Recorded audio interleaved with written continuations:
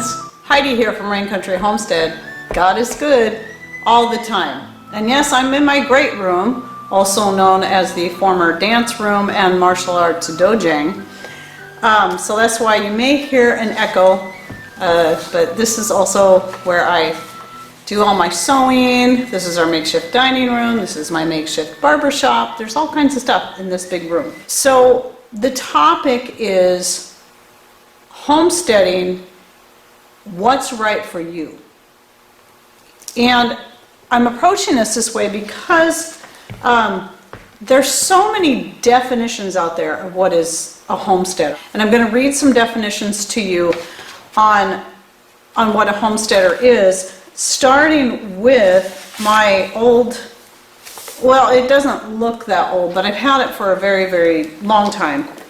Hardback Merriam-Webster dictionary on homesteader, homestead, the word homestead as in noun and in verb. So here is the noun. The home and land occupied by a family. Okay, and then the verb, to acquire or settle on public land. That's pretty simple. So there's a lot of people out there, according to this, there's a lot of people out there that would probably never think of themselves as homesteaders, but according to this, they are. You know, I'm just trying to make things simple here, folks, because there's so many definitions out there. Everybody has their opinions, but if we just take it right down to what the dictionary says, it's a lot more simple than that. Now, I'm going to read the online Merriam-Webster definition, which gets us a little bit closer to to what a lot of people think of as homesteading, just a little bit. Number one, letter A, the home and adjoining land occupied by a family. Okay, slightly more verbiage there, but the same thing, right? B, an ancestral home. C, house. Literally just says house. And number two, a tract of land acquired from U.S. public lands by filing a record and living on and cultivating the tract. Okay, that gets us a little closer there to what a lot of people think of as a homestead. Okay, now I'm going to move on and read a much longer definition I got off Wikipedia. I do realize this is Wikipedia, but I really, really like what it says, and much of it I totally agree with. So, homesteading is a lifestyle of self-sufficiency. So that's a key word there, key compound word, self-sufficiency. It is characterized by subsistence agriculture, home preservation of foodstuffs, and it may or may not also involve the small-scale production of textiles, clothing, and craft work for household sale or use. Pursued in different ways around the world and in different historical eras, homesteading is generally differentiated from rural, village, or commune living by isolation, either socially or physically, of the homestead. Modern homesteaders often use renewable energy options, including solar electricity and wind power, and often invent DIY cars. Many also choose to plant and grow heirloom vegetables and raise heritage livestock. Choose being the key word there. Okay, this is the part I really want you to hear. Homesteading is not defined by where someone lives, such as the city or the country, but by the lifestyle choices they make. My goal in this chat is to show people that a couple of things. And one is, no matter where you're at, no matter where you're starting from, there is hope. Please do not be discouraged, because there is hope. You might not have the money to run out and buy some land right now. You might not have the ability where you're at to get chickens or have bees, and definitely not cows or goats. You could be in a place that's limited in space or restrictions. You might not be able to collect rainwater or have access to a renewable water source. You might not have the funds to invest in solar electricity. But I think the key point is here that is to not lose hope and not get discouraged because you see other people that are much farther along in this. I do not believe that there is one right definition of what a homesteader is. You have to find out what's right for you and what you can make work where you're at. And I think as long as you're making those steps forward to self-sufficiency, you're doing the right thing. Because I don't think there's anyone who's truly arrived. I don't honestly believe there's anyone, and I could be wrong, I honestly do not believe there is anyone out there that is entirely self-sufficient. So, becoming more self-sufficient or self-reliant is a goal for many of us. But to think there's any one way to get there, or that you'll ever fully arrive, I don't think is actually realistic. Because there's always going to be someone that has a skill you do not have, or is able to grow something you cannot, no matter how much property you have.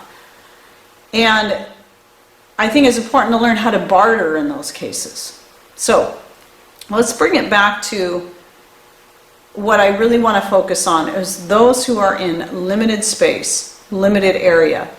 And I know a lot of people may tell you, run out and buy that property, just go do it. We have people tell us that all the time. Could we do it? Yes, we could.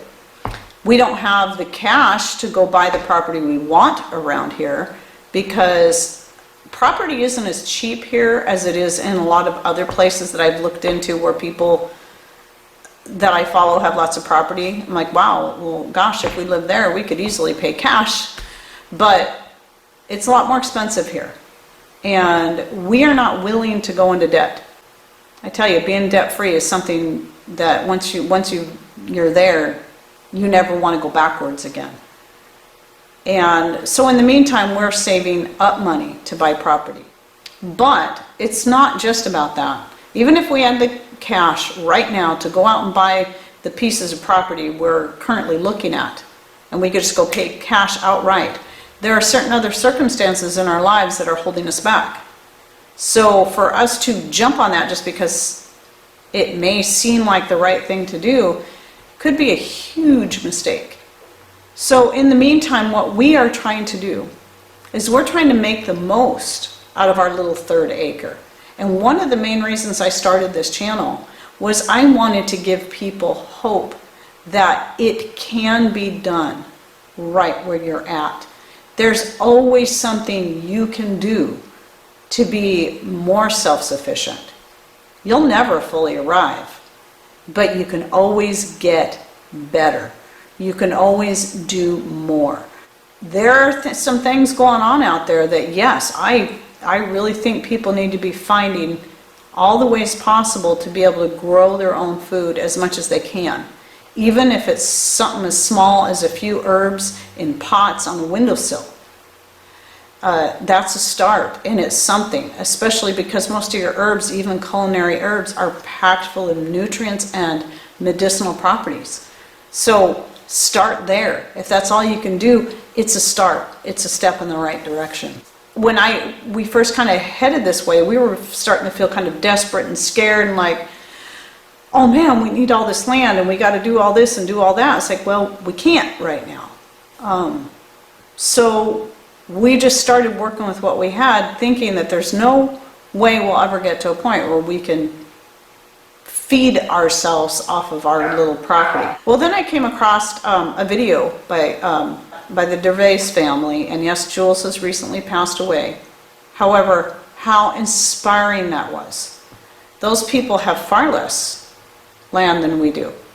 And they're able to not only feed themselves off of what they have, but they're able to sell their excess. Yes, I realize they live in a place that has a much longer growing season than we do, but that still gave me so much hope. It made me realize there is much I can do here. And each year that I expand my gardens a little bit more and start learning how to grow this, and then next year I'll learn how to grow that, and just keep experimenting with different things, the more I realize how attainable it is for us, especially if it's just me and Patrick, to get to a point where we can grow all the food we need right here. Will it mean that if things got really hard, that we may have to become dairy-free? Possibly. Not unless we can barter with our skills and the other things that we can produce with other people, like I've already done with eggs and milk in the past. Again, that comes back to we're never going to fully be self-sufficient. You know, we're going to need other people. We're going to need to be able to barter and communicate. I want people to realize that there is a lot you can do for yourselves to get yourself in a better position, no matter where you're at. If you're watching my gardening videos, you'll see some of the things that we've been doing and what I've been doing. And a lot of times with me, people, it's just simply experiment, because I read the stuff, oh, this is what you should do in your area, and this is what should work, and this is what you should grow, and a lot of times that doesn't work. It doesn't work here. The front yard, the soil is extremely acidic. The backyard doesn't, you know, there's a lot of places that don't get enough sun. And so we have to keep working with what we have. I can't just go by what a book says or what somebody tells me. I have to keep experimenting. And I have found there's things I can grow that a lot of people have said, you'll never get that to grow here. I mean, you just look at my grapevines. A lot of people think grapes can't grow here. Well, I'm telling you, they do. They grow great here. Again, the main point here is don't be discouraged. Everybody is in a different stage of development up to where they're at. Some people may have arrived, but no matter how far they are ahead of the game, they're still having to depend on other people for certain things. So what do you do in that situation? Like when we get our chickens, I'm hoping to do as much as I can to produce food for them right here. But I do know I'm still going to have to buy feed for those chickens. And in the meantime, I'm going to keep learning and keep trying to grow whatever I can to sustain the chickens myself down the road if I have to, if it comes down to that. That's my goal. I don't know that I'll ever achieve that, but I'm certainly going to try. I think there's just a lot of stuff out there that's more attainable than people think. We're not vegetarians, and we're certainly not vegans. But if we had to live without dairy, then what I do is I look into what would we do without dairy? What would we do if we couldn't get meat? You know, hopefully the chicken thing we'll be able to grow, raise enough chickens for at least the eggs to keep us fed that way. My goal is to get us a point that even though it's just me and Patrick that we need to feed, I honestly believe that in our little place that I can eventually raise enough food to feed a family of 6. I really believe that. It's still going to take time, and I keep moving ahead and adding more every year. And that's our goal. If we stay here, that is our goal. If we do end up down the road getting that land, then we'll look at getting goats, sheep, maybe even some cows. I don't know. There's other reasons why I'm not sure I even want to do that. It sounds great. It's a wonderful dream. But there's certain other reasons I think that I'm just not sure yet. I want to take things small steps at a time. And 10, 20 years from now, I'm not sure how much we'll be able to continue to take on. Now, if we have the land and we end up having to sell all our livestock or eat them, well, fine, because we may not be able to keep up on it. But I do know there's a lot of gardening techniques I can do that require very little work once it's established, and that can keep feeding us again and again.